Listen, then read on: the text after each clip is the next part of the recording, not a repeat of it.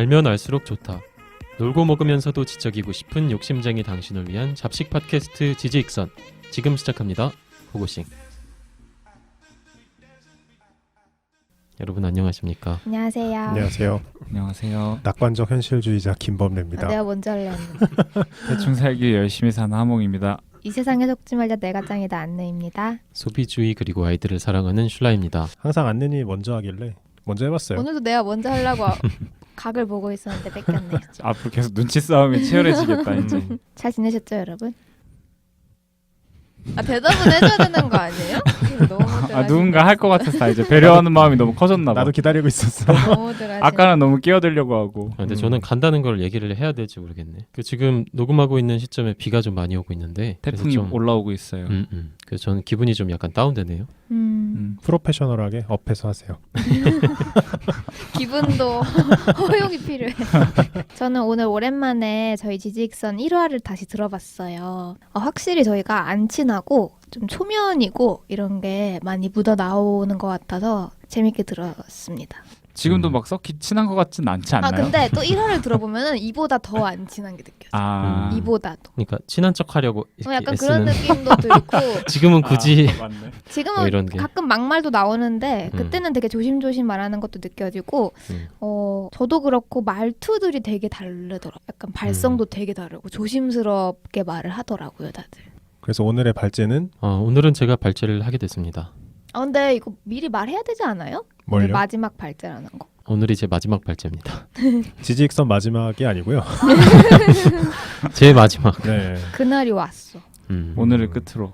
사실 저희 다른 패널분들도 이게 예상치 못한 이별이라서. 근데 예전에 안느님이 한번 얘기했어요. 그 슐라님 지각하셨을 때 슐라님이 개인적인 사정으로 안 하게 됐다고 장난으로 그런 얘기를 했었는데 말 조심해야 돼 사람이. 진짜 말이 씨가 사실이 됐어요. 네. 제가 개인적인 사정으로 인해서 지지익선에 공적인 사정이. 공적인 사정이죠. 국가의 사정으로 인해서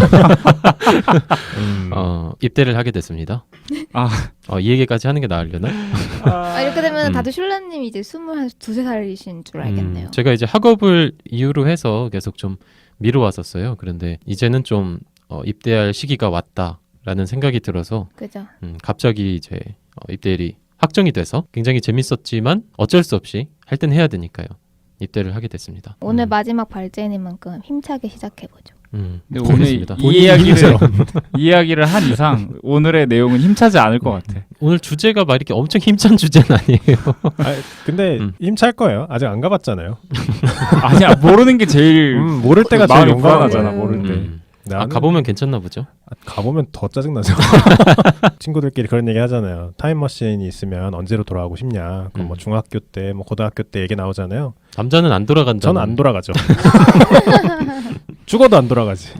왜 돌아가겠어요? 감사합니다. 돌아가더라도 제대한 이유로 돌아가고 싶어. 발제의 주제는 정신 분석입니다. 뭔가 보스가 나온 기분인데. 그래요? 보스가 나온 기분. 슐라님의 이야기는 늘 보스였어요. 우리한테는. 초반부터 여러 가지 다양한 철학적인 주제를 대상으로 해서 발제를 해왔었는데 그때마다 항상 제가 했던 얘기는 뭐 어떤 철학적인 내용이나 뭐 제가 주로 많이 관심을 가지고 있는 미디어에 대한 이야기 그리고 여기에 정신분석학적인 담론이라고 할까요? 이런 거는 서로 전혀 뗄 수 없는 방식으로 얽혀 있다라는 이야기를 하면서 이야기를 조금씩 풀었었어요. 그래서 한 번에 하나를 제가 확실히 말씀을 못 드리고 항상 약간 얼버무리는 듯한 느낌으로 이야기를 했었고 그렇다고 해서 이런 정신분석 콘텐츠를 본격적으로 하기에는 뭔가 좀 너무 복잡하고 또 심리적인 얘기라서 정보 자체라기보다는 그래서 받아들이기가 좀 뭔가 거북하지 않을까 이런 생각이 들어서 계속 미뤄왔었는데 이제 미룰 데가 없어졌네요. 미룰 데가 없어요. 근데 사실은 이걸 맨 처음 준비할 때는 제목을 이렇게 정해가지고 원포인트 정신분석 1 이렇게 해가지고 뭐 한 2, 3까지 원의 논리가 되었다. 네. 하려고 생각을 했는데 갑자기 이게 올인원이 되었습니다.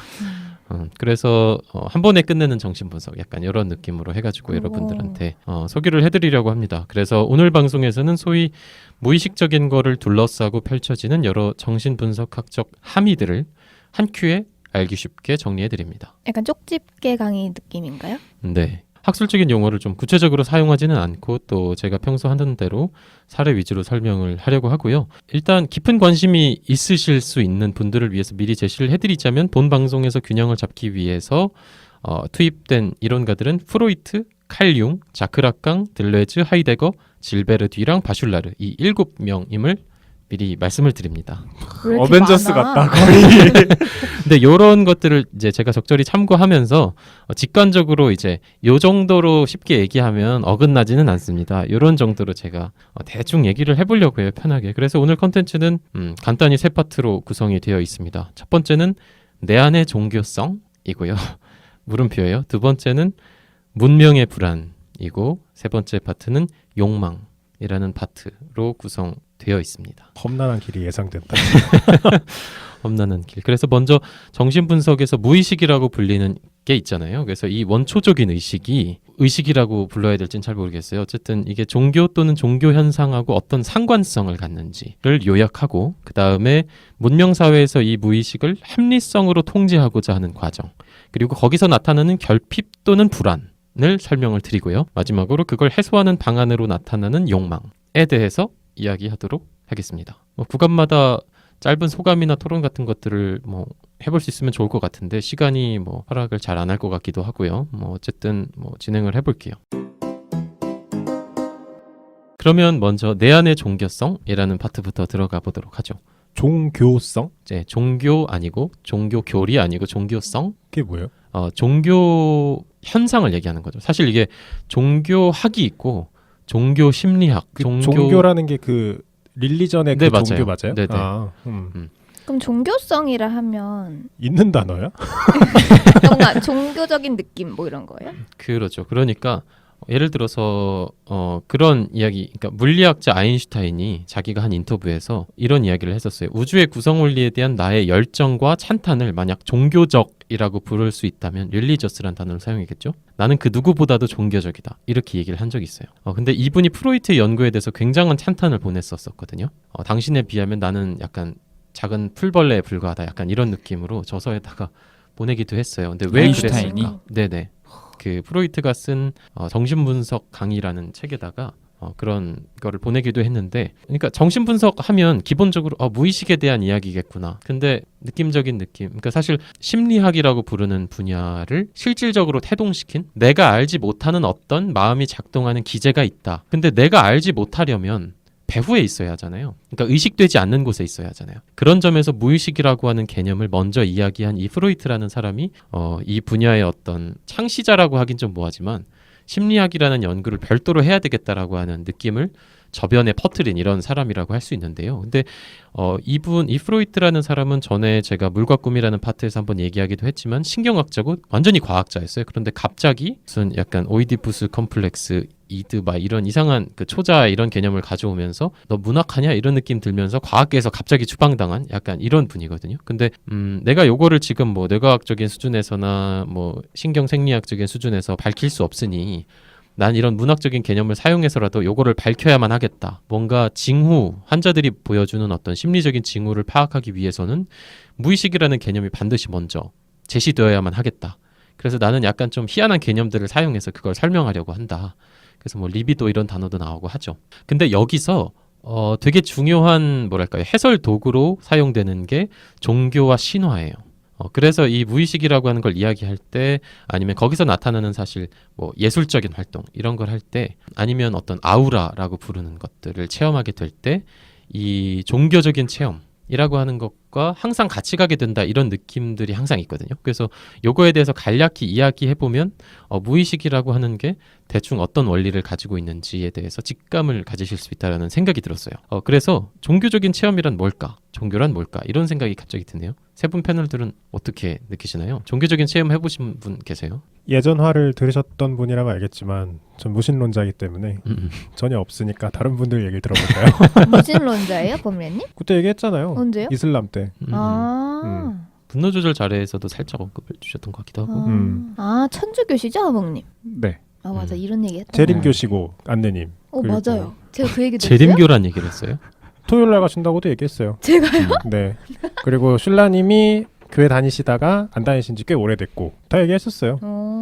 근데 뭐저 같은 경우에는 뭐 불가지론, 그러니까 알 수 없다 이런 거에도 속하지 않고 약간 종교는 심리 현상이다라는 쪽으로 이제 틀게 된 사례라고 볼 수 있을 것 같은데 뭐 그럼 종교적인 체험 어떤 것들이 있을까요? 근데 이게 종교가 없으신 분들한테는 종교라는 이미지가 믿으라고 강요하고 그 사람들은 뭔지 모르겠는데 되게 하나 돼서 뭔가를 믿는 약간 사람들 일로 보일 사이비 느낌. 예, 약간 그러니까 이런 표현을 쓰는 게 굉장히 조심스러운데 약간은 광기가 있다 그래야 되나? 그러니까 뭔가로 그런 단어 무서운 단어를 쓰지 않으면 이해가 되지 않는 그런 모습들로 보여질 수 있을 것 같아요.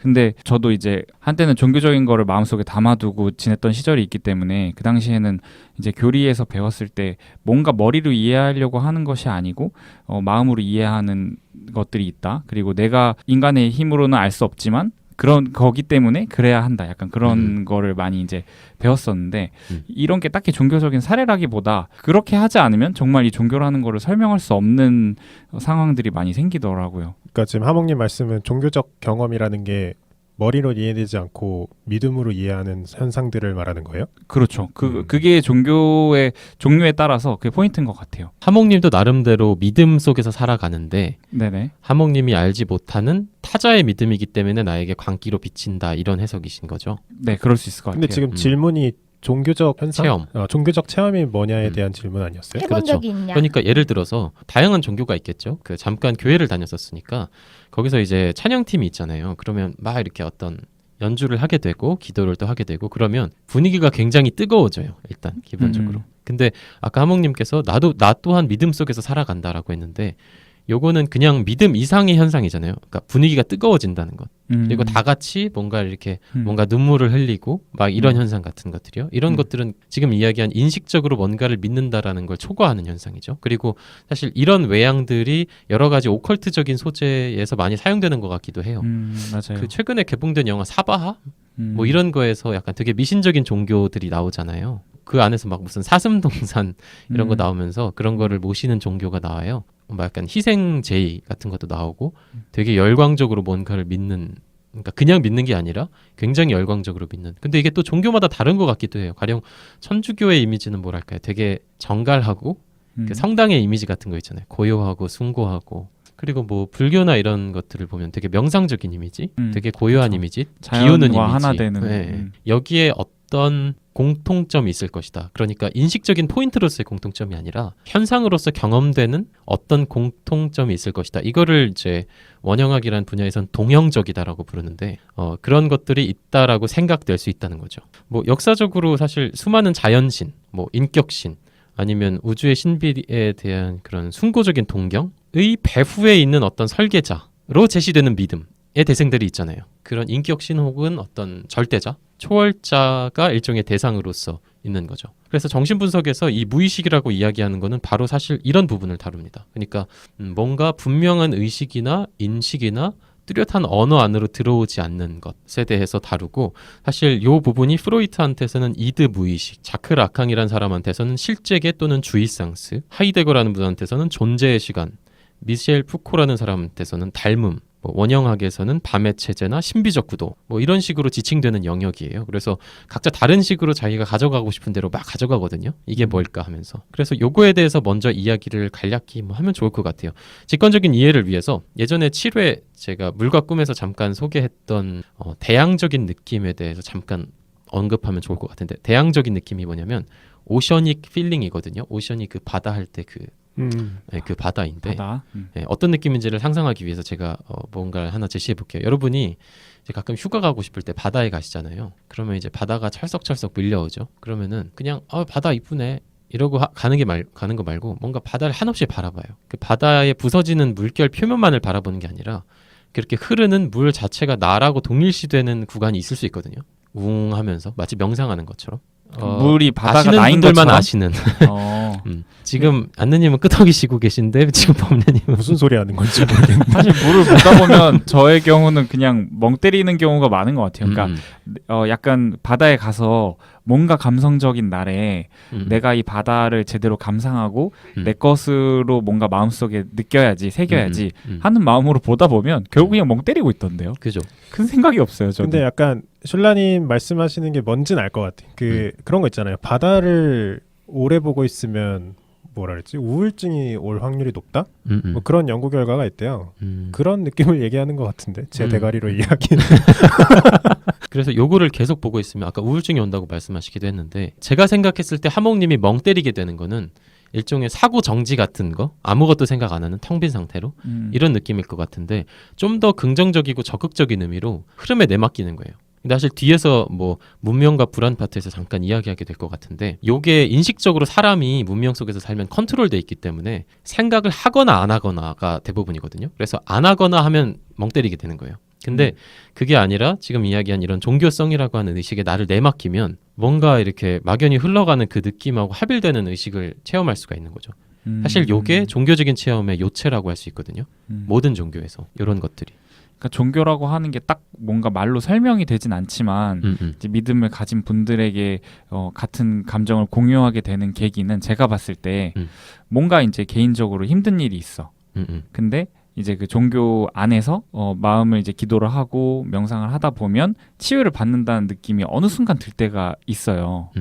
그러면은 이게 바로 종교적으로 내가 뭐 구원을 받았다고 해야 되나? 그러니까 내가 뭔가 덕을 입었다라고 해석이 되는 부분이 그러니까 말로 설명할 수 없게 느껴지는 부분이 있는데 그런 느낌을 한번 느끼면 이제 종교에 더 깊게 들어가게 되는 것 같아요.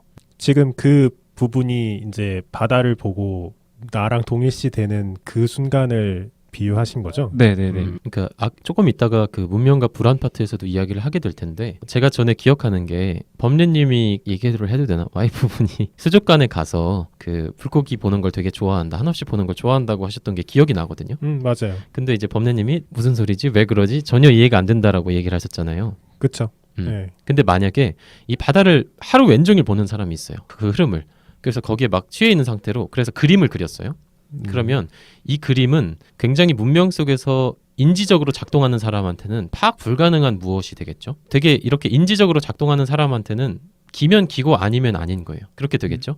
그런데 그런 사람이 아까 하몽님이 말씀하신 것처럼 그림을 그린 화가 아니면 이 그림에게 뭔가 소원을 빌면 뭔가 이루어질 것 같아. 내가 살짝 불안한데 라는 생각을 하게 되면 거기에 뭐라고 할까요? 의지하게 될 수도 있거든요. 왜냐면 내가 거기서 떠나왔기 때문에. 그러니까 그때부터는 원래 이성적으로 생각했던 옳고 그름을 판단하는 게 아무 의미가 없어지는 거예요. 내가 그렇게 믿기 시작했으니까. 그렇죠. 네. 그러면 이 두 가지가 어떻게 연결되는가? 나는 분명히 인지적으로만 막 움직이고 있고 저 사람은 약간 바다만 보다가 그림을 그린 사람인데 내가 어떻게 저것에다가 의지를 하게 되지? 이 의지하게 되는 배후가 바로 아까 이야기한 무의식이나 존재라고 부른 뭐 이 부분이라고 할 수 있는데 이런 느낌을 프로이트가 대항적인 느낌이다라고 정리를 했다고 생각을 하시면 돼요.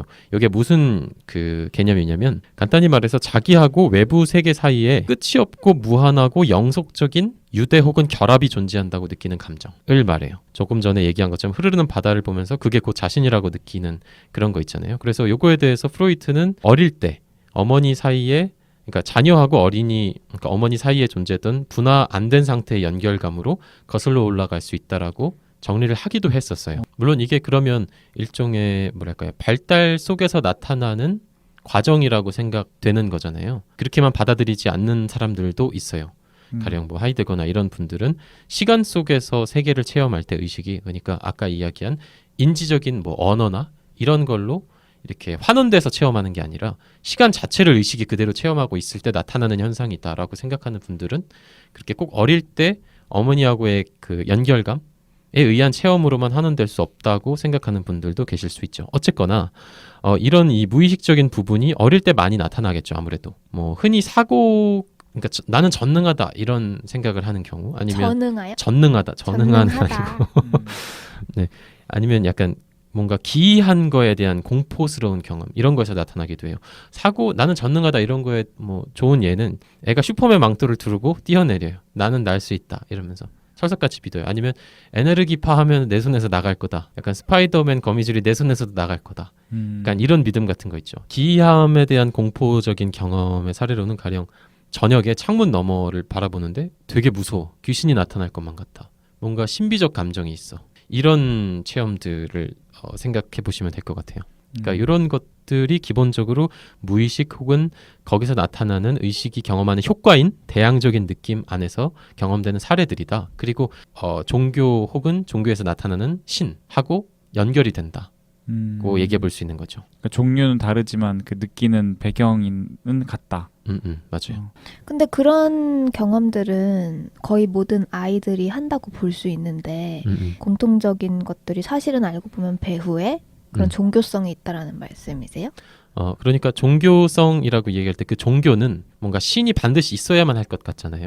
그걸 종교라고 우리가 부르잖아요. 그런데 그런 종교에서 일반적으로 나타나는 특징은 막 갑자기 숭배를 한다든지 철석 같은 믿음을 가진다든지 갑자기 약간 광기적인 모습을 보인다든지 이성적으로 이해할 수 없는 행동을 한다든지 이런 것들이 나타나는 경우가 많은데 실제로 그 신이 아니더라도 이런 현상이 아이들에게서나 많은 성인들에게서도 다양한 형태로 나타날 수 있다면 그걸 종교성이라고 흔히 지칭한다는 거죠. 종교적인 것, 종교가 아니라 실제 종교가 아니라 그렇게 지칭해 볼 수 있다라는 거예요. 그래서 요약하면 이렇게 표현될 수가 있어요.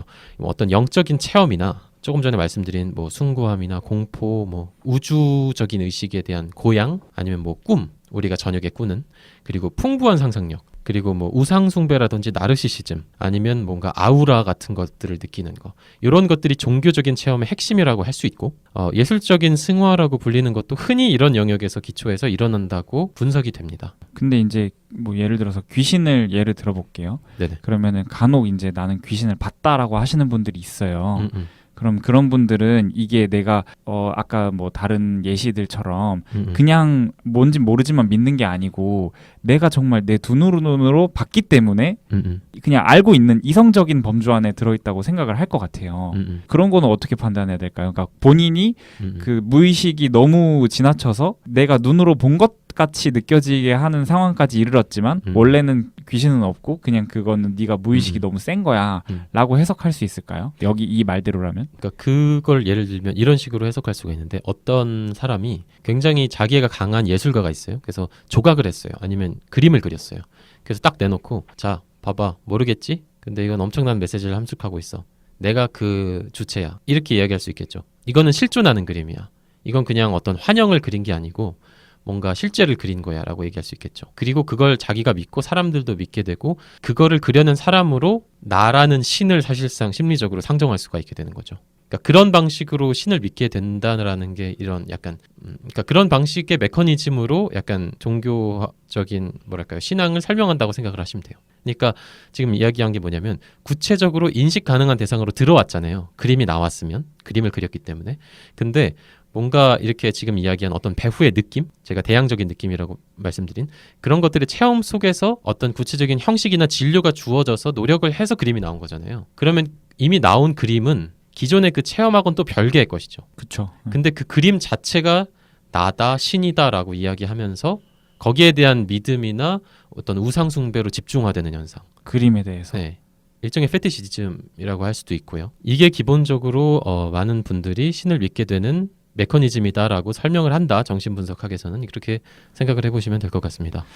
제가 머리가 못 따라가서 아까 그 귀신의 예를 좀만 더 매칭을 시켜서 설명을 해주시면 안 될까요? 지금 귀신을 조각이랑 그림에 비유한 거 아니에요? 그러니까 예를 들어서 귀신을 나는 봤다. 그러니까 이분은 뭐냐면 실제로 심신이 쇠약할 수도 있고 현실적으로 생각하지 않을 수도 있고 실제로 자기가 뭔가를 봤다고 생각할 수도 있고 그런 걸 감지할 수도 있어요. 그래서 나는 이런 귀신을 봤다 저런 귀신을 봤다라고 누군가한테 얘기해요. 근데 그 얘기는 이미 자기가 체험한 거하고 분명하게 일치하지는 않아요. 근데 사람들은 이 사람이 귀신을 봤다고 이야기하기 때문에 와 신기하다. 내가 알 수 없는 영역이네. 근데 자기도 그런 의식을 사실은 공유하고 있어요. 자기가 문명 속에서 살고 있기 때문에 현실주의자가 되었을 뿐 사실은 배후에 남겨놓고 온 것에 대한 것이기 때문에 그런 신비적인 것에 대한 설명을 들으면 와 이렇게 된단 말이에요. 그럴 수도 있구나 무섭구나 이러면서. 그리고 그게 대항심이라는 거죠. 그렇죠. 그래서 그러면은 저 사람이 신인가? 저 사람이 그 신과 나를 연결하는 사람인가 이 세상을. 그래서 그게 무당이 되기도 하고 실제 신이 되기도 하는 거예요. 그러니까 적어도 저 사람은 신내림을 받았구나라고 인정을 하게 된다는 거죠. 다른 사람들도. 그렇죠. 그래서 약간 예술적인 활동이나 신적인 활동이 분명하게 구분되지 않는다라는 형태로 뭔가 이렇게 비판이 가해지는 것도 이런 이유에서고요. 그래서 뭐 모든 사회에서 나타나는 희생양 메커니즘이라고 불리는 것도 여기서 일어나게 돼요. 사실은 희생양 메커니즘이라는 게 뭐냐? 이거는 그 사회가 이제 조금 있다가 바로 뒤에 이제 문명과 불안 파트에서 이야기를 하게 될 건데 어떤 사회든 질서가 필요하죠. 그리고 어떤 사회든 그 질서에 의한 뭐랄까요? 결함 아니면 균열 같은 게 존재합니다. 그럼 그런 것들을 통제하고 막고 없는 셈 치기 위해서 어떤 대상을 희생양으로 삼는 것, 그래서 잘라내는 것, 이걸 희생양 메커니즘이라고 합니다. 뭐 이게 이제 굉장히 폭력적인 형태로 나타난 건 이제 뭐 유대인 학살 같은 사례가 있겠죠. 이거의 기본적인 메커니즘은 좀 전에 이야기한 이런 신이라는 구체적인 대상이 나왔죠. 나 귀신을 봤어라고 하는 사람이, 그러면 그 사람이 내가 하다라는 지령은 이것이다. 1번, 2번, 3번. 그러면 이게 선으로 상정이 돼요. 선한 것. 그러면 악한 걸로 상정되는 게 있겠죠. 그것이 아닌 거는 다 악한 게 되겠죠. 그럼 요거를 잘라내는 거. 이게 희생양 메커니즘이에요. 너네 때문이야 이러면서. 그럼으로써 어떤 수평적인 의식의 균형을 회복할 수 있게 돼요.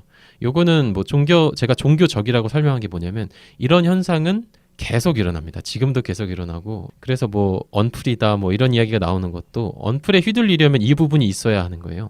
이 부분이 남아 있어야 언플이라는 거에 휘둘릴 수가 있는 거거든요. 언플이 그 언론 플레이. 그러니까 언론은 옳고 이거는 이제 사람들이 모르는 거를 알려줄 거야라는 네네. 믿음이 기본적으로 있는데 그 마음이 약간 대양심 같은 거고 그렇기 때문에 언론에서 잘못됐다고 하는 거는 뭐 규탄해야 돼라고 이제 무조건적으로 믿게 된다 이런 이야기를 하시는 것 같아요. 뭐 어쨌거나 이게 좀 보편적이다. 무의식이라고 하는 걸 다루는 정신 분석에서 굉장히 중요하게 생각하는 부분이다. 라는 것 정도로 정리를 할 수 있을 것 같고, 근데 한 가지 짚고 넘어가야 되는 거는 여기서 중요한 건 말씀드렸던 것처럼 구체적인 신이나 구체적인 종교나 구체적인 교리가 아니라 그런 식의 저 대상의 배후엔 뭔가 신비로운 것이 있고 모든 걸 총괄하는 만능자가 있다. 이런 상상을 가능하게 만든 실제 그 배후의 체험 자체다라는 거. 이제 그 부분을 이제 정신분석에서 중요하게 다룬다라고 생각하시면 됩니다. 결국에 그 본질에서 벗어난 건데, 그러니까 그 뭔가를 체험했다는 그 체험 자체는 아닌데, 그거를 체험을 하는 사람이 결국에 더 중요해지는 절대적인 역할을 갖게 되는. 맞아요. 그게 이제 우상숭배 과정이라고 할 수 있고, 네, 사실은 이런 게 굉장히 어릴 때 10대 때는 누구나 다 연예인을 좋아하잖아요. 그리고 그 연예인들 아이돌이라고 부르잖아요. 그리고 아이돌의 번역어는 우상이죠. 그러니까 아이들이 이런 의식 속에 기본적으로 많이 있고, 그래서 특히 더 많이 나타난다라는 식으로 해석을 하게 되는 거죠. 가령 정신분석학적인 해석에서는 뭐 이 정도로 대략 정리하면 될 것 같고요. 1번을. 그러면은 두 번째 중요한 부분이죠. 문명과 불안 파트로 넘어가서 설명을 드리도록 할게요. 일단 다 문명에 살고 있죠. 뭔가 시간 약속도 지키고, 뭐 옷을 입을 땐 어떻게 해야 되고, 젓가락질은 어떻게 하고, 방 청소는 어떻게 하고, 뭐 저는 이제 곧 입대를 하죠. 뭐 약간 이런 것들이요. 그래서 문명은 언제나 네 멋대로 하고 싶은 것, 아니면 시간 자체로 펼쳐지는 의식이 어떻게끔 행동해라. 그래야 네가 살 수 있다. 그래야 적응할 수 있다라고 하는 어떤 법칙들을 제정하게 되죠. 그거에 의해서 정신분석 초기 용어에서는 거세라는 표현을 사용을 합니다. 물론 이 용어는 좀 뭐랄까 굉장히 신체적이고 자극적이기 때문에 좀 안 쓰는 경향이 있어요. 저도 별로 안 좋아하고. 어쨌거나 이게 시간적인 의식이 공간적으로 컨트롤된다 라는 거를 신화적으로 해석했다고 생각하시면 돼요. 가령 이걸 거세라고 부르는 이유는 그 그리스 로마 신화에서 크로노스 같은 신들이 있잖아요. 제우스의 아버지죠. 그분을 이제 제우스님이 이렇게 샥 하잖아요. 제우스님이요? 샥 하나요? 기억이 안 나서. 낫으로 이렇게 그 부분을 샥 합니다. 그래서 보글보글 아프로디테가 태어나죠. 맞죠. 약간 그게 이제 뭔가 혼돈, 모든 것들을 죽음으로 맞게 하고 약간 감정들을 유발시키고 뭔가 불안하게 만드는 그런 시간 자체, 모든 것들을 죽음으로 이끄는 이런 것들을 컨트롤한다, 평정한다, 약간 이런 정리한다, 이런 느낌으로 그 낫을 휘둘렀다고 생각하시면 돼요. 그래서 그 시간은 죽죠. 그러니까 컨트롤되죠. 그리고 크로노스의 원어는 시간이란 뜻입니다. 크로노스는 이제 유폐된다고 할 수 있죠. 그러니까 이런 신화에서 보여주는 것들을 따서 그런 용어를 사용한다고 생각하시면 되고요. 물론 프로이트의 정신분석학에서는 약간 남근이나 막 이런 것들을 약간 좀 원초적으로 많이 사용하는 경향이 있기 때문에 지금 많이 비판받죠. 그래서 그런 게 약간 잔해처럼 많이 나타나 있고, 락강 같은 분들의 후계자, 약간 남성적인 정신분석을 하는 이런 분들에 의해서 여전히 약간 쓰인다. 그러나 뭐 아까 이야기한 뭐 신화적인 원형학이나 제가 좋아하는 바슐라르 이런 분들한테서는 전혀 찾아볼 수 없는 형태다. 라고 생각하시면 될 것 같습니다. 어쨌거나 문명으로의 컨트롤이 일어난다는 거죠. 이게 중요합니다. 이게 두 가지 단계로 진행이 됩니다. 일단 첫 번째, 네, 첫 번째로 사회화되는 과정이에요. 여기 어떻게 너무 많이 웃으시는데? 생각보다 깜찍하시네요. 혼자 쓱 넘어갔어. 첫 번째로는 사회화되는 과정인데, 이게 일단 어떻게 되냐면 우리가 타인의 시선을 욕망하잖아요. 관종? 관종이기도 하고, 그러니까 다른 사람들이 욕망하는 자리에 내가 서겠다라는 걸 욕망하죠. 예를 들어서 예를 들 필요도 없겠네요. 너무 많으니까. 세상이 다 그것 때문에 돌아가는 거 아니에요? 그렇죠. 네. 사실 그런 점에서 자본 아니면 돈이라고 하는 것도 욕망의 지연이라고 라강은 표현을 하는데, 타인의 시선 아니면 그것을 위한 노동들의 압축 형태로 존재하는 게 돈이라는 식으로 해석하기도 합니다. 지연된 욕망이라고 하면서요. 어쨌거나 이런 타인의 시선을 우리는 욕망하는데, 그런 과정 속에서 이제 언어적인 금기들이 있죠. 그 언어적인 금기들에 의해서 자기 자신을 검열하고 맞추는 과정. 이게 사회화 과정이라고 할 수 있어요. 그럼 이 과정에서는 뭔가 망각 그리고 다양한 방어 기제들이 나타나게 되고요. 기본적으로는 공포 속에서 작용을 합니다. 무슨 공포일까? 뭐 사회에 적응하지 못한다는 공포겠죠? 이 구성원들과 어울리지 못할지도 모른다? 그렇죠. 그리고 가장 원초적으로는 가족 단위에서 작용한다고 생각하시면 될 것 같아요. 발달적인 수준을 따른다고 하면 방 청소를 안 하면 혼난다. 아니면 뭔가 책을 열심히 읽지 않으면 칭찬을 안 해주신다. 사랑을 안 해주신다. 아니면 뭔가 구구단을 또 4살에 얘기하네. 구구단을 틀리면 때린다. 뭐 약간 이런 거요. 진짜 슬퍼. 너무 슬퍼. 저는 괜찮았는데. 그래서 뭐 약간 이런 식으로 그러면 이런 언어적인 금기들, 그러니까 신호등을 잘 지켜라. 수학을 내면화해라. 그리고 뭐 시간표에 따라라. 몇 시가 되면 자라. 뭐 세수를 하고 칫솔질을 해라. 이런 약간 언어화된 법과 시간표 테이블들에 의해서 자기를 검열하는 과정이 계속 반복되죠. 그래서 이것만 잘 따르면 위험하지 않아. 시간에 그대로 노출되는 상황을 이렇게 언어 혹은 법이라고 하는 굉장히 공간화되고 관념적인 형태로 내가 통제할 수 있어. 이런 걸 배워나가게 되죠. 그러면서 불안은 줄어들게 되고, 과거에 아까 이야기했던 1번에서 이야기했던 그런 것들에 대한 망각이 일어납니다. 그래서 이런 걸 심지어 과시하게 되죠. 야, 산타클로스 없어. 주변에 인물한 애들한테 막 다 알리면서 그런 게 어딨냐 이러면서 이런 약간 현실주의적인 과시가 나타나기도 하고요. 유년기에. 대충 이해가 가시죠? 그러다 보면 이제 두 번째 단계로 접어드는데, 두 번째 결과적으로 이 언어가 수학수를 포함합니다. 이 언어가 내면적인 결정을 대체하는 과정이 일어나요. 무슨 말일까요? 내면적인 결정? 네, 내면적인 결정까지 대체해요. 그러니까 지금 이야기한 사회화되는 과정은 외부라는 세계에 나를 맞추는 과정이었잖아요. 신호등 빨간색이다 써야 된다. 초록색이다 가야 된다. 약간 이런 거 정도요. 언어 혹은 수학서가 내면적인 결정을 대체하게 되면 어떤 일이 일어나냐면 수학소요? 수학적인 약간 수학적 요소들. 수학적 요소. 자동차를 그려라 아니면 태양을 그려라 이러면 항상 원형으로 그리던가 직사각형으로 그린다든지, 이제 뭐 중고등학생쯤 되면 아니면 그 전부터도 나타나는 일이지만 시키지 않아도 애가 자기 혼자 뭘 해요. 자기 혼자 뭔가 내면적인 결정을 따라가는데, 소위 자기 주도적 학습이라고 하죠. 근데 시간을 지키고 자기가 알아서 공부를 하고 몇 페이지까지 안 하면 애가 불안해하고 점수를 못 받으면 불안해해요. 그 과정이 내면적 결정을 대체한다는 거의 예시예요? 네, 맞아요. 그러니까 외부가 있고 이거에 맞춰야지가 아니라 내가 잘 살려면 이렇게 해야 된다라고. 그러니까 내면화된다는 거죠. 그렇죠. 그 룰들이. 네, 그 외부의 틀이 내 마음속에 이미 들어와서 네, 맞아요. 자기 검열을 하는. 이 언어에는 다양한 형태가 있잖아요. 그러니까 일종의 그 레고 블록 같은 거라고 할 수 있죠. 근데 내면적으로 나는 어떻게 행동해야지 하는 그 단위들에 이게 차곡차곡 박히는 거예요.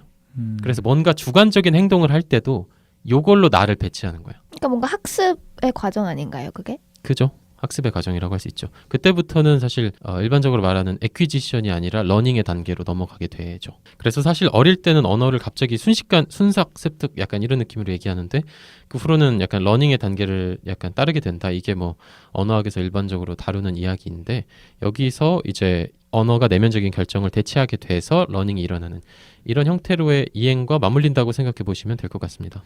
조금 마음이 아픈 게 그런 사회화 그리고 내면화라고 두 단계로 표현하면 될까요? 그런 것들이 이루어지는 게 이제 이 세상에서 내가 잘 묻어서 살기 위해서 스스로 택한 스스로의 교육 방식이잖아요.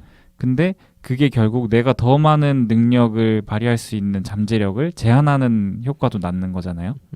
그게 조금 어떤 의미로는? 네, 그게 아쉬워가지고 그게 좀 슬프네요. 근데 지금 약간 제가 느끼기에는 저희가 사회에서 학습한다, 잘 배워나간다의 느낌을 약간 다른 시각에서 설명하는 것 같긴 해요. 다른 시각?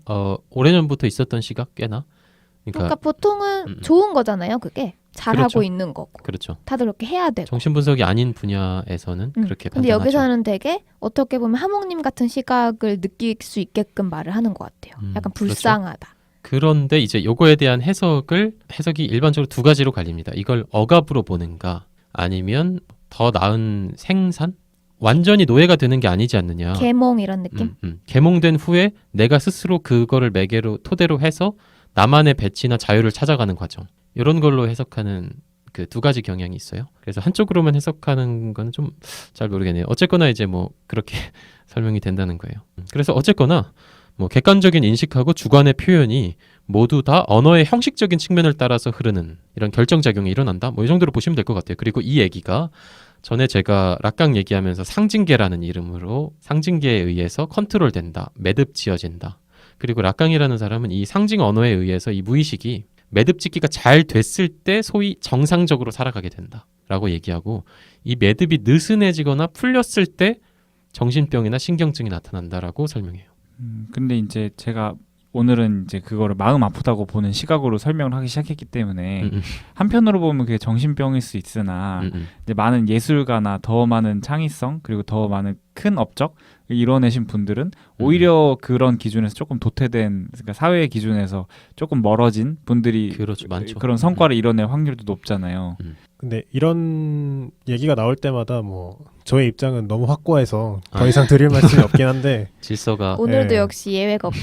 그렇죠. 질서는 여러분을 생존케 하는 유일한 도구입니다. 그래요. 그 법률님 같은 사람들은 이 현상을 되게 잘 교육받았다. 이렇게 보기 마련일 것 같아요. 이게 질서의 수호자로서 한마디 하면은 수호자. 그 아까 방금 하몽님이 말씀하신 약간 좀 불쌍하게 보여지고 또 세상을 바꾸신 분들이나 좀 유명한 예술가나 뭐 성공한 사업가들은 그런 기준에서 조금 더 멀리 있는 사람들일 때가 있지 않느냐 그렇게 말씀하시는데 그거는 조금 시각이 다른 것 같아요. 규율을 잘 지키면서 성공한 사람들도 분명히 있거든요. 그게 예술가일 수도 있고 누구나 성공할 수 있는 가능성은 있는데 그 가능성을 제한하는 거라고 보면 안 될 것 같아요.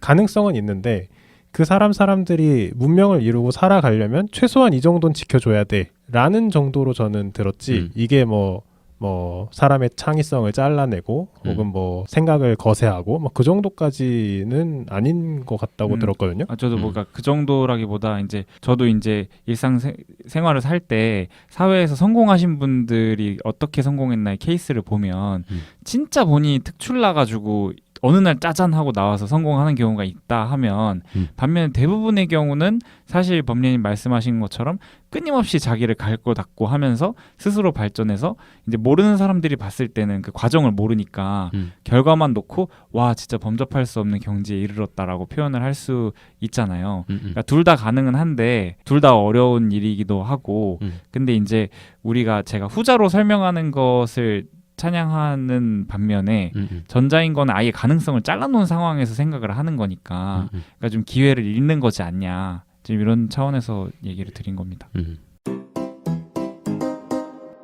중요한 포인트는 뭐냐면 왜 프로이트의 무의식 개념이 나왔을 때 소위 말하는 모더니즘이라고 하는 게 갑자기 포스트 모더니즘이라는 불린 거한테 펀치를 맞았느냐 하면 전부 다 이 언어라는 걸로 설명을 했었던 거죠. 전부 언어다. 근데 이제 아까 얘기한 것처럼 1번에 나온 그런 사안들이 있다는 걸 갑자기 밝힌 거예요. 1번이 뭐죠? 사회화하는 거? 그러니까 이제 종교성. 종교. 의식에는 종교성 혹은 무의식이라고 하는 게 있다. 근데 그게 인식적으로 컨트롤되는 거다라는 거. 그래서 문명 속의 불만, 문명 속의 불안 이런 것들이 존재하는데 그게 가끔 불쑥불쑥 튀어나온다. 봐라. 약간 이런 설명을 하게 되잖아요. 그래서 그런 점에서 이제 모더니즘이 갑자기 휘청한 물론 제가 얘기한 것처럼 모더니즘 이후에 포스트 모더니즘이 있는 거라기보다는 그 이후에 있고 모더니즘도 그대로 있다라고 설명도 드렸었죠. 어쨌거나 약간 질서 바깥에 있는 것들 광인이라고 그걸 표현을 하든 아니면 창조성이라고 표현을 하든 자유라고 표현을 하든 뭐 어떤 방식으로 표현하든지 간에 우리가 질서라고 부르는 것 너머에는 굉장히 다양한 형태 혹은 동일한 형태 혹은 동일한 형태가 다양한 차이들로 번역된 형태들이 무수히 많다는 거죠. 그게 가령 굉장히 다양한 문화의 다양성 속에서 표현되기도 하고요. 이 정도로 하고 이제 조금 더 진행을 해보면요. 컨트롤된 존재, 뭐 언어의 존재를 하이데거라는 사람의 개념에서는 현존재라는 단어로 이게 등장하기도 해요. 그리고 융이라는 사람의 개념에서는 낮의 체제라는 개념으로 등장하기도 하는데 이게 뭐냐면 불안을 통제하기 위해서 지금에만 집중하는 존재들이라고 생각하시면 돼요. 시각적인 지금, 아까 이야기한 그 언어적인 지금. 그래서 쉽게 얘기하면 0과 1로 생각하는 거죠. 그래서 바다에 대해서 생각한다. 아무 생각 안 한다. 약간 이렇게 되는 거예요. 그렇게 생각하지 않고 자연스럽게 생각하려고 해도 이미 그 0과 1의 구분이 가령 내 머릿속에 너무나 깊이 박혀 있어서 멍 때리는 거 이상의 치윤이 어려운 상태. 그래서 계속해서 뭔가 앞에다가 뭔가 일정이라든지 해야 할 것을 계속 놓으면서 나가는 상태. 그래서 뚜렷한 의식 속에서 퇴락한 일상성이라고 표현하기도 하는데 일상적으로 사람들과 막 이렇게 굉장히 깨어있는 의식이라고 할까요? 이런 상태로 도구적으로 막 살아가는 형태, 인식적으로. 이거를 현존재라고 합니다. 그래서 이분들이라고 해야 되나요? 대부분의 사람들이죠. 이제 눈앞에 있는 일들에 집중해서 공간적인 사고로 살아가게 되고 여기서 아까 이야기한 것처럼 이 상징 언어에 의해서 무의식 매듭 짓기가 잘 되면 불안이 안 나타나요. 근데 조금 부족했다. 아니면 여전히 과거의 것들을 포기할 수 없음. 그런 경우에 불안이 나타날 수도 있다는 얘기예요. 물론 이 불안은 아니야 나는 이 룰을 지켜야 돼 라는 거에 자아가 딱 붙어 있을 때 더 커져요.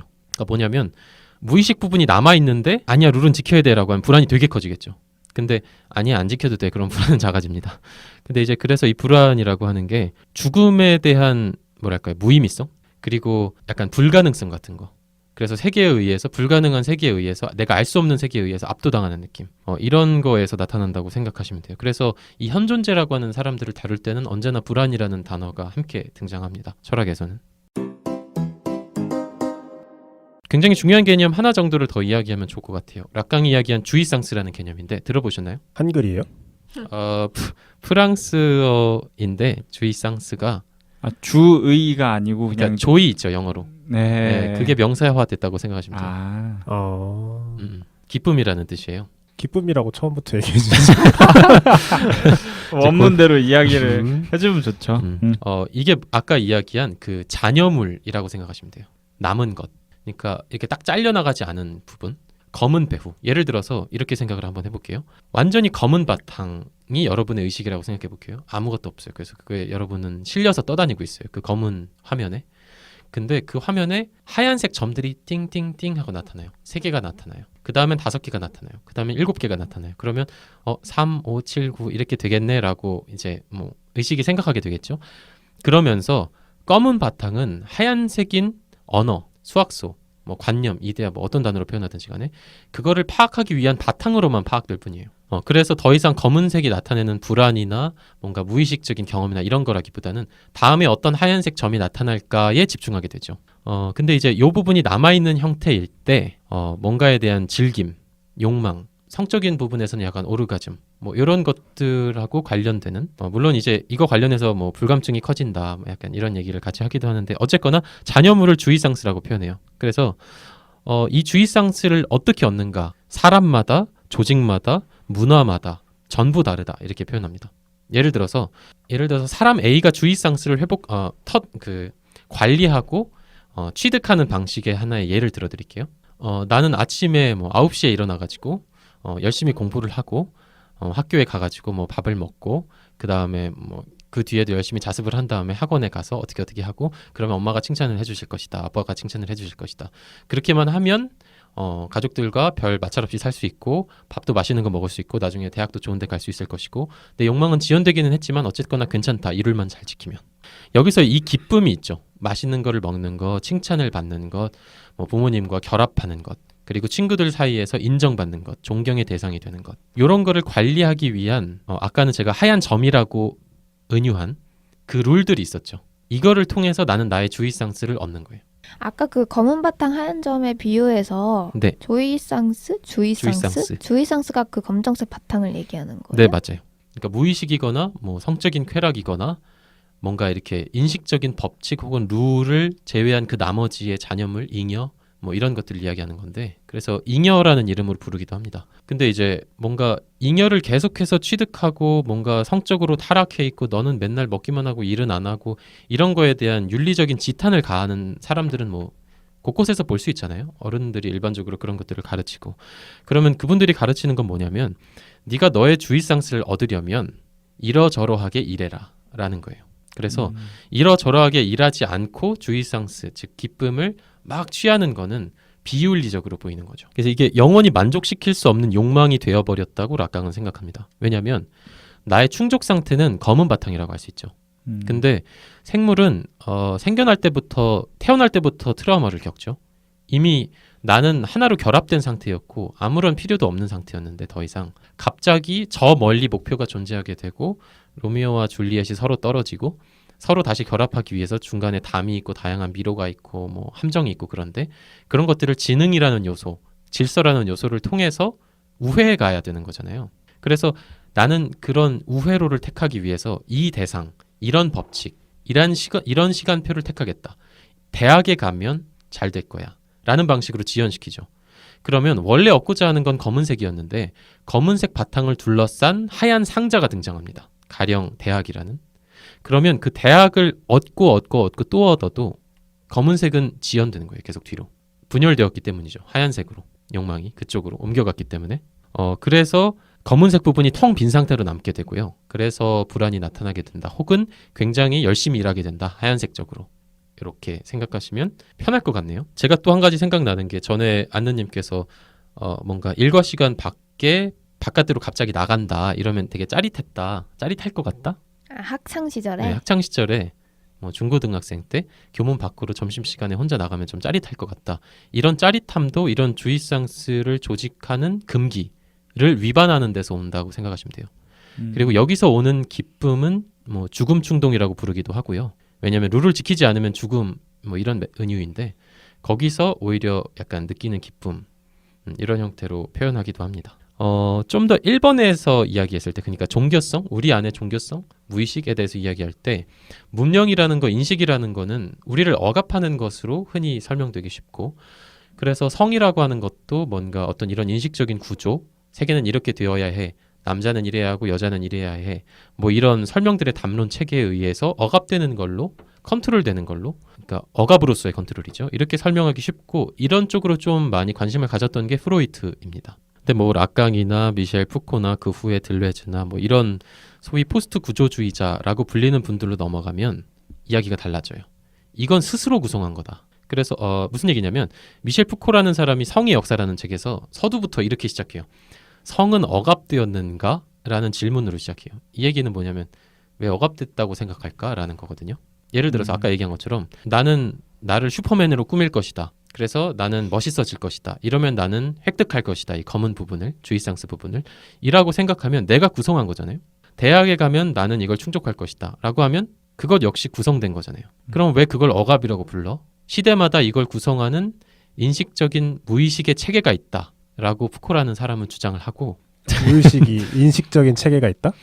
그러니까 이제 지금 이 기쁨, 주이상스를 조직하기 위해서 어떤 지식을 막 이렇게 만들어내잖아요. 질서나 지식 같은 것들을 만들어내고 이런 인식들이 일반적으로 어떻게 작용해야만 한다고 강제하는 시대의 일반의 패러다임 같은 게 있다는 거죠. 근데 이건 무의식적인 패러다임인데 뭐 그게 꼭 시대가 아니더라도 나라일 수도 있고 네, 맞아요, 뭐 하나의 사회 공동체일 수도 있고 그런 얘기죠. 네. 요거를 에피스테메라고 불렀던 거고요. 이 사람은. 그래서 이거는 스스로 구성된 것이다. 왜 이걸 억압이라고 하냐. 오히려 이 억압들을 스스로 받아들여서 그 너머의 해방으로 뻗어나가야 된다. 이런 형태로의 담론이 시작됩니다. 그 뒤로는 또. 그럼 이 구조에서는 기본적으로 어떤 게 나타나냐면 욕망이 나타날 수밖에 없어요. 뭐냐면 검은색은 도달된 상태라고 할 수 있죠. 그리고 흰색은 도달하기 위한 툴이라고 할 수 있습니다. 인식의 형태라고 할 수 있죠. 그러면 여기서 흰색 중심으로 막 의식이 옮겨가게 되면 검은색을 차지하기 위한 혹은 그 자리에 그것이 위치하게끔 통제하기 위한 어떤 여러 가지 행동이 나타나겠죠. 그게 욕망이라고 할 수 있을 것 같아요. 이런 점에서 욕망은 끝이 없다라는 것이고 이거를 조율하는 시스템이 자본 시스템이다라고 일반적으로 평가합니다. 근데 여기서 검은색은 검은색이고 흰색은 흰색인데 네. 아무리 흰색으로 검은색을 얻고자 이제 검은색 바탕에 뭐 흰색 점들을 찍고 뭐 글씨를 쓰고 그림을 그리고 해가지고 더 많은 거를 이뤄내려고 욕망을 가져봤자 네. 결국에는 까만색은 이뤄낼 수 없고 흰색 글씨만 많이 써질 거 아니에요. 흰색으로서의 검은색이라는 거를 내가 입었다 하고 다시 풀리겠죠. 그게 그러니까 어차피 이루어질 수 없는 거라는 거네요. 그렇죠. 이루어질 수 없. 이 얘기를 하면 안 되나? 근데 네. 그러니까 슬라브의 지젤 뭐 이런 사람들은 이분은 되게 과격한 분인데 제가 별로 안 좋아해요. 그런데 뭐 자본주의 사회에서 모든 사람들이 그걸 실제로 충족하면 한꺼번에 자살할 것이다. 뭐 이런 얘기를 하기도 했어요. 뭐 어쨌거나 이런 관점에서 욕망이라고 하는 거를 두 가지 관점으로 보고 있다라는 정도로 이번 발제를 마무리하려고 하는데요. 첫 번째는 결여, 두 번째는 생산입니다. 결혈은 뭔가 이해가 되네요. 계속 욕망- 얘기했던 거예요. 욕망을 만들어내는 준비물이잖아요. 그렇죠. 비어 있어서 음. 나한테 없어서 근본이죠, 약간 욕망의 근본. 그렇죠. 근데 두 번째 건 좀 이해가 안 되네요. 생산. 그러니까 요거는 이 생산이라고 하는 거를 주도적으로 이제 주장한 분은 질 들레즈라는 분이고 악명이 높은 분이죠. 저는 악명이라고 부릅니다. 제가 아주 좋아하진 않기 때문에. 이분이 쓴 책 중에 안티 오이디푸스라는 책이 있어요. 안티 플러스 오이디푸스잖아요. 이 오이디푸스는 물론 프로이트의 그 오이디푸스 개념을 얘기하고요. 간단히 얘기하면 프로이트 꺼져라라는 얘기입니다. 이 프로이트의 개념으로 락강 역시 자기 자신의 정신분석학적인 이론을 세웠는데 여기서 기본이 되는 건 법례님이 말씀해 주신 것처럼 결핍 혹은 결여예요. 이미 하얀색 바탕 쪽으로 문명적으로 자기 자신을 컨트롤했기 때문에 결여가 발생하겠죠. 그럼 이 결손을 채우기 위해서 타자의 욕망을 욕망한다. 그래서 나는 그냥 타자다. 이 타자는 질서화되어 있는 타자이다. 언어화되어 있는 타자다. 그래서 나는 언어다. 나는 나도 아니다. 약간 이런 식으로 얘기를 하거든요. 이런 측면에서 계속 회전을 하게 만드는 거. 그러니까 검은색 부분인 일종의 반복되는 부분. 이 부분은 하얀색 부분들인 어떤 차이들로 이렇게 이 두 가지로 구성될 수 있다는 건 이해가 되시죠? 반복과 차이. 검은색 부분이 반복, 하얀색 부분이 차이. 잘 안 돼요 이해가. 아 그래요? 네. 그러니까 예를 들어서 이거는 제가 딴 데서도 쓴 비유인데 제가 친구 A랑 되게 친해졌어요. 그래서 나 되게 친해졌다. 너무 친해지고 싶은 친구였는데 이제야 친해졌다. 근데 다음에 또 친구 B가 보여요. 친구 B랑도 친해지고 싶어. 그러면 친구 B랑 또 친해져요. 근데 뭔가 또 좀 지루해요. 그래서 친구 C가 또 새로운 뭔가를 가지고 있어요. 또 친구 C한테 가요. 이게 뭐냐면 뭔가 결여가 있고 결핍이 있는데 그 행동을 이 차이들로 옮겨가고 있잖아요. 친구 A, B, C라는 이런 형태로 순환이 일어난다는 거죠. 결핍이 있고 그러니까 무의식 혹은 검은 부분이 있고 이거를 A, B, C라고 하는 서로 다른 하얀색 점들로 가령 뭐 이거는 다양한 질서들로 환원이 가능하죠. 지금 제가 친구라고 비유적으로 말씀을 드렸지만요. 아까 얘기한 것처럼 언어적으로 구조화되어 있다라고 얘기했잖아요. 구조화되어 있으면 당연히 불가능하죠. 기면 기고 아니면 아니잖아요. 그거는. 그러니까 하나의 블럭일 뿐이지 그 너머를 지시할 수 있을 뿐이지 자 도달했다라고 손으로 지시하고 끝나잖아요. 그렇기 때문에 불가능하고 그 너머로 계속 나아가게 되는. 그래서 어떤 완전한 향유, 실제, 어머니의 육체라고 메타포 되기도 하는 이런 걸 영원히 상실한다. 언어의 세계 속에서 살아가면서 사람은 이제 문명화되면서 그래서 뭐 타인의 욕망을 욕망하고 권력욕, 뭐 존경에 대한 욕구, 미움받는 일에 대한 두려움, 뭐 나르시시즘. 이제 검은색 바탕 흰색 점 얘기를 하면서 저는 들으면서 흰색 점이 있어서 결국에는 검은색이 있다라고 또 생각이 계속 들었어요. 그 두 그렇죠. 개는 공존할 수밖에 없는. 그러니까 흰색이 있어야 우리가 검정색의 소중함이라던가 밀어온 내 욕망이 있다라는 거를 흰색이 있어야 알 수 있듯이. 그렇죠. 그리고 제가 되게 많은 생각을 하게 했던 웹툰이 있는데 금요일이라는 웹툰인데요. 지금 재연재 중인 엄청 인기 많았던 웹툰인데 단편적으로 철학적인 얘기도 되게 많이 다루는 약간 기괴한 걸 좋아하시는 분들에게 인기가 많은 건데 그중 에피소드 중 하나가 정말 제 마음속에 오래 남았던 에피소드가 있었는데 짧게 얘기하면 행복이라는 게 결국 무엇인가에 대한 내용이었어요.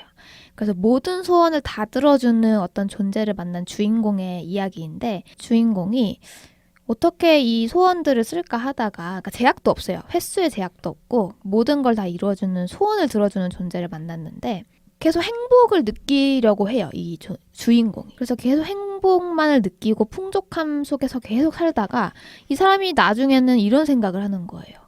행복이 계속되니까 지루함이 오잖아요. 이 사람이 깨달은 게 뭐냐면 행복하기 위해선 불행해야 된다는 걸 깨달아요. 내가 불행함을 느끼지 않으니까 행복을 느끼지를 못하는 거예요. 그런 걸 깨달으면서 결국에는 이 사람이 마지막에 이건 뭐 스포인데 결국에는 이런 소원을 빌어요.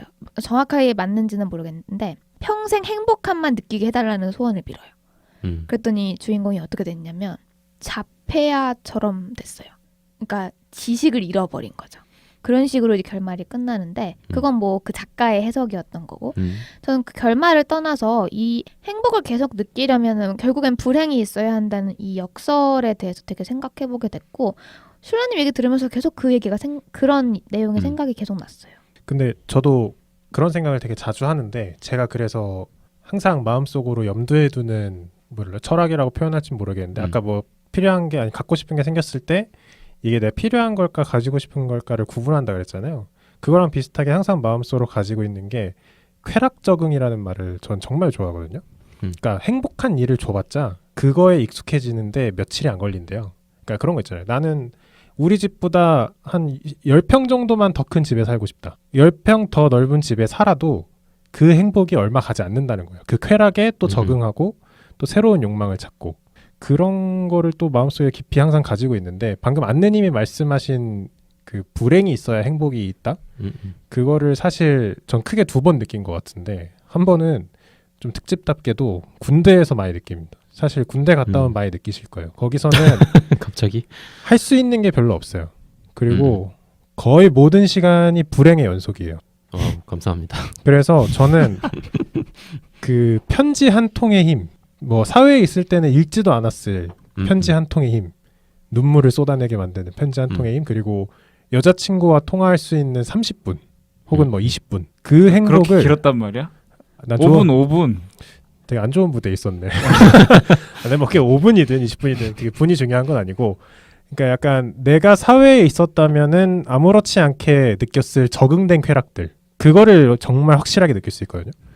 그래서 저는 군대에 있을 때도 많이 느꼈고 또 이제 뭐 그런 거 있잖아요. 뭐 휴가 나가서 먹는 맥도날드 빅맥 그런 것도 사실 평소엔 아무것도 아닌데 그리고 또 비슷한 걸 느낀 게 아마 게임 많이 하시는 분들은 이해할 거예요. 게임을 하다 보면 허들이 항상 존재하잖아요. 그 허들을 극복해 나가는 재미를 찾게 해주는 게 또 게임이고 하다가 가끔 에디터라는 존재를 만날 때가 있어요. 그래서 이 에디터라는 거는 게임 내의 데이터를 뭐 해킹한다고 할까요? 해킹해서 조작해 주는 거예요. 이 아이템을 사야 돼. 이 아이템을 끼면은 난 강해질 수 있는데 뭐 100만 골드야. 그럼 에디터를 통해서 내 캐릭터에 100만 골드를 해킹해서 넣어줄 수가 있어요. 근데 100만 골드를 그렇게 손쉽게 넣어서 그 무기를 사면 지루해져요. 게임이. 그렇죠. 재미가 좀 없어져요. 네, 재미가 없어져. 그리고 그렇게 하나하나에서 게임에서 가장 강한 존재가 되면 끝없는 지루함을 느껴요. 그래서 결국에 에디터로 손댔던 게임은 안 하게 됩니다. 그래서 약간 그런 거를 몇 번 느끼고 나면은 굳이 내가 가지고 있는 허들들을 그렇게 무리해서 넘어갈 필요가 있을까라는 생각도 좀 하게 되는 것 같아요. 근데 약간 포기하는?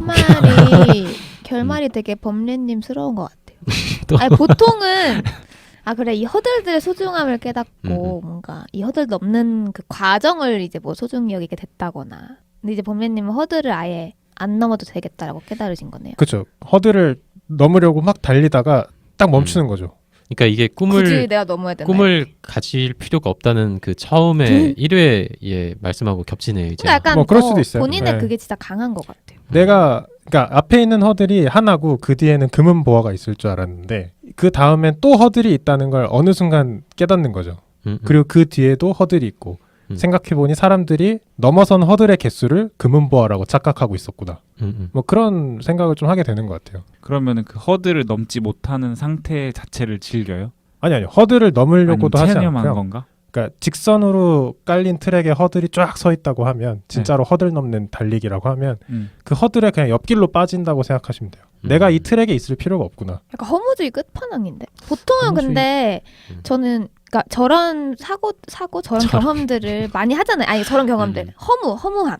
내가 이런 허들들을 아무리 넘어서 이 최정상 자리에 올라봤자 결국에 남는 건 허무함이구나를 많이 느끼실 것 같은데 다들 살면서 근데 약간 사회에서 조금 장려하는 그래서의 결론보다는 이제 과정이 중요하다. 해서 그 허들 하나하나의 과정이 결국엔 너를 성장시키고 이런 식으로 빠지잖아요. 이제 범례님은 그게 아닌 거지. 아예 빠진 허들을 아예 이제 버리시는 거지. 그치 허들 밖으로 나와서 경기장을 나와서 경기장만 남은 거 아니에요, 그냥? 관람석에 앉아서 열심히 허들에 넘어지고 있는 사람들을 보고 있는 거죠. 뭔가 이 허들은 내 행복을 위한 뭔가 가시밭길이다. 그 생각을 없앤 거라고 보시는 게 나을 것 같아요. 허들은 넘어야죠. 살아가려면 월급을 벌고 하려면 허들은 넘어야 되지만 거기에 거는 기대는 없어진 것 같아요. 반복되는 쳇바퀴를 돌리는 마음 아니에요? 그렇죠. 인생은 회색빛이구나. 갑자기요? 그렇게 근데 어느 순간 흑화하면 허들도 그만 넘고 나의 생도 여기서 마감하면 되겠다. 약간 그렇게 될 수도 있을 것 같은데. 근데 이게 살아보니까 허들을 나만 넘는 줄 알았는데 내 어깨 위에는 와이프도 있고 뭐 부모님도 있고 넘게끔 하는 존재들이 있더라고요. 나는 여기서 포기하고 그만둬도 상관없을 것 같은데 내가 뭐 부양해야 될 가족들 아니면 나를 바라보고 있는 사람들 그런 사람들 때문에 허들은 넘어야 되는 것 같긴 해요. 그렇게 생각하는 것도 검은 부분에 의해 작용한다고 그쵸? 분석합니다. 네. 그러니까 타인에게 그 욕망을 대리시키는 것. 맞아요. 그래서 네. 약간 저는 그런 게 있어요. 자기 만족은 다 포기했어요. 아까 말씀드린 것처럼 결여와 생산의 구조 두 가지가 있는데 결여 쪽에서는 프로이트가 대표적이라고 할 수 있고 그래서 이런 의식 상태에 있는 사람들은 좀 우울한 경우도 있고 뭔가 상실감을 경험하는 경우가 있고 구체적인 대상을 상실하지 않았다고 하더라도 가령 어렸을 때 내가 살던 동네가 있어요. 그러면 되게 아이다운 상태로 그러니까 검은 바탕적인 그런 무의식적인 상태로 경험했던 그런 동네가 이제는 나에게 더 이상 그런 추억의 공간이 아닌 거잖아요. 흰 부분으로 나는 살고 있으니까. 그래서 그걸 막연히 상실했다라고 느끼는 거예요. 나는 어디로 가고 있나 정처 없이 약간 이런 느낌을 알죠. 그래서 그런 이야기를 하게 됐고 그런데 이제 반면에 이 욕망이 생산의 구조로 이어질 수 있다. 이거를 자꾸 약간 우리는 그 검은 부분이 약간 결여된 존재이기 때문에 계속해서 그 구조를 중심으로 계속 반복한다. 똑같은 짓만 한다. 라는 식으로 하지 말아라. 라고 하면서 비판을 가한 게 이 질 들레즈라는 사람인데 이분은 그래서 리좀이라는 개념을 사용을 해요. 이 리좀이라고 하는 거는 식물의 이름인데요. 뿌리가 한 곳에 있지 않고 다양한 곳으로 막 이렇게 뻗쳐있는 희한한 모양을 한 그 줄기 식물이거든요. 그래서 어떤 특정한 중심이 있는 게 아니고 다양한 어디로든지 간에 이게 뻗어나갈 수 있고 분열적인 형태를 띠고 있다. 그래서 욕망이라고 하는 거는 의지를 가지고 스스로 뭔가를 생산해내는 거, 기계적으로 재배치하는 거, 계속해서 새로운 것들을 약간 해나가는 거 이런 것 속에서 약간 긍정적인 의미를 부여받을 수 있다. 이러면서 모든 차이를 긍정해라. 약간 이런 식으로 주장한 사람이라고 할 수 있어요. 그래서 이런 의미에서 본격적으로 자본주의가 긍정되는 그런 해석으로 나아갈 수 있다고 생각할 수 있겠습니다. 그러니까 뭐 안느님께서도 편집을 하고 계시고 뭐 선생님들은 뭔가를 가르치고 그리고 누군가가 꿈을 가지려고 하고 그러니까 어쨌거나 뭔가를 계속 만들어내려고 하잖아요. 그래서 뭔가 허하기 때문에 뭔가 다음 걸 하죠. 뭐 대학에 가려고 하든지 뭐 운동을 좀 더 해볼까 아니면 새로운 취미를 가질까 이러면서 새로운 걸 만들어내려고 하는 거. 그러니까 자본주의 내부에서 이미 상품처럼 결정되어 있는 것이 아니라 내가 주체적으로 뭔가를 재배치해서 뭔가를 만들어내려고 하는 힘 이게 욕망의 힘이다. 약간 생산하는 욕망의 힘이다. 이런 식으로 얘기하는 게 이제 이 사람이라고 생각하시면 될 것 같아요. 근데 뭔가 결여랑 생산이 배치되는 개념은 아니네요. 들어보니까. 그렇죠. 사실은 둘 다 결여고 이제 그쵸. 둘 다 생산인데 둘 다 결여고 둘 다 생산이라고 보는 게 맞는 것 같아요. 사실은 결여 쪽이라고 보는 게 맞을 것 같기도 해요. 개인적으로는. 근데 이거는 제 생각이에요. 뭐냐면 이거는 굉장히 사실 엄청 첨예하거든요. 근데 뭐 지금 들어주신 예시 때문에 그럴 수도 있는데 결여를 느껴서 생산으로서 행동하는 느낌이거든요. 사실 두 개가 첨예하다는 게 갑자기 이해가 안 되네요. 예를 들어서 어떤 방송 PD예요. 그래서 방송을 만들어요. 근데 그걸 만들기 위해서는 이미 생산되어 있는 질서들, 언어들, 형식들을 토대로 해서 그거를 제 마음대로 재배치하고 변형해서 만들죠.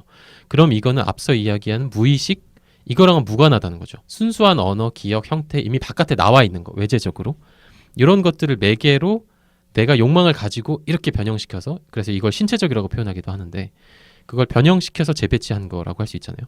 그럼 이건 애초에 중심과 무관한 거다. 이런 해석을 하게 돼요. 검은 부분과 무관한 거다. 원래 흰색 부분에서 새롭게 탄생한 거다. 그래서 각각의 차이들이 되게 중요한 의미를 가지게 되는 반복 부분보다도요. 뭐 요 정도면 정리가 될 것 같아요.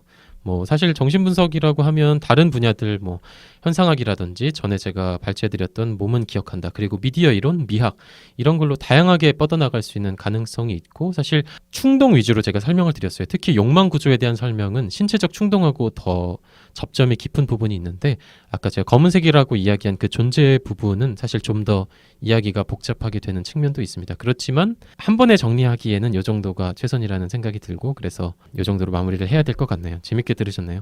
진짜 네. 오늘 말 되게 잘하시네. 왜 이러지? 편집자로서 매우 뿌듯합니다. 포텐이 터진 것 같은데 진짜 말빨이 터졌네. 터졌어. 음. 가기 전에. 진작 좀 그러니까. 터지시지. 아 진짜요? 저는 오늘 재밌게 들었고요. 사실 오늘 역대급으로 제 오디오가 비는 회였던 것 같은데 음. 얘기 들으면서 곱씹어 보고 했던 것 같아요. 개인적으로 한 번 더 들어봐야 될 것 같은 회가 아닌가.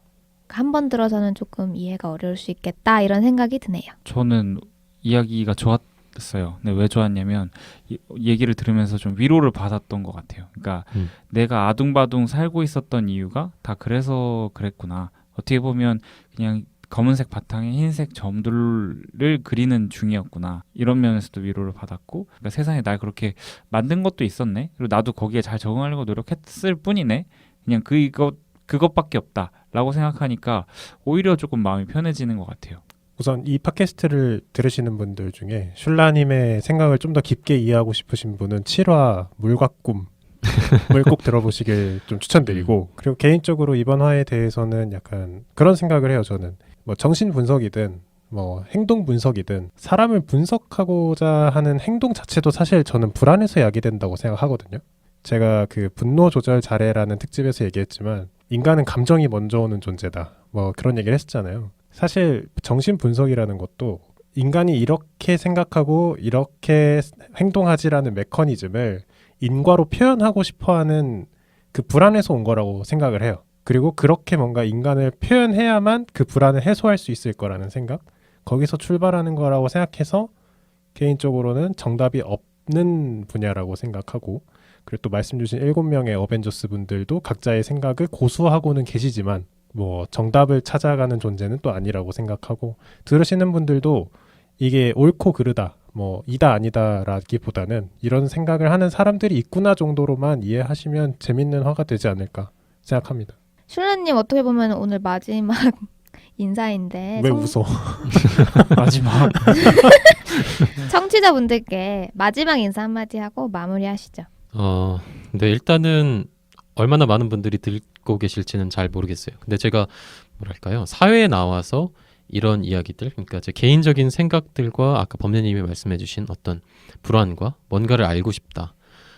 그래서 계속 파고나갔던 어떤 세계들을 외부에 직접적으로 이렇게 설명하는, 물론 다 설명하지는 못했지만 아쉽게도 그런 거는 되게 유일한 장소였던 것 같아요. 그래서 저한테도 굉장히 도움이 많이 됐고 또 사회화가 많이 됐네요. 제가 여기 나오면서. 그래서 기뻤고 재밌었어요. 진짜 재밌었고 많이 얻어가고 앞으로도 좀 기억이 많이 날 것 같아요. 만약에 갔다 온 뒤에 여러분들이 계시면 계실까요? 개인은 있을 거예요. 따로 만나자는 얘기지. 만약에 그렇다면 다시 한번 돌아올 수 있을까 그런 생각을 하게 되네요. 뭐 어쨌든 정신분석을 준비하게 된 거는 범례님이 말씀해 주신 것처럼 어쨌거나 나 자신을 잘 알고 있어야, 나 자신을 이해해야 다음 것들을 흔들리지 않고 준비할 수 있다는 생각을 하거든요. 그런 측면에서 도움을 많이 얻으신 분들이 계셨으면 하는 생각이 듭니다. 그래서 마지막으로 이 주제를 준비해봤습니다. 슐라님 그동안 고생 많으셨어요. 감사합니다. 오늘 그리울 거예요. 건강하게 잘 다녀오겠습니다. 그러면 한 번에 끝내는 정신분석 여기서 마무리하겠습니다. 감사합니다. 고생하셨습니다. 감사합니다. 잘 가요.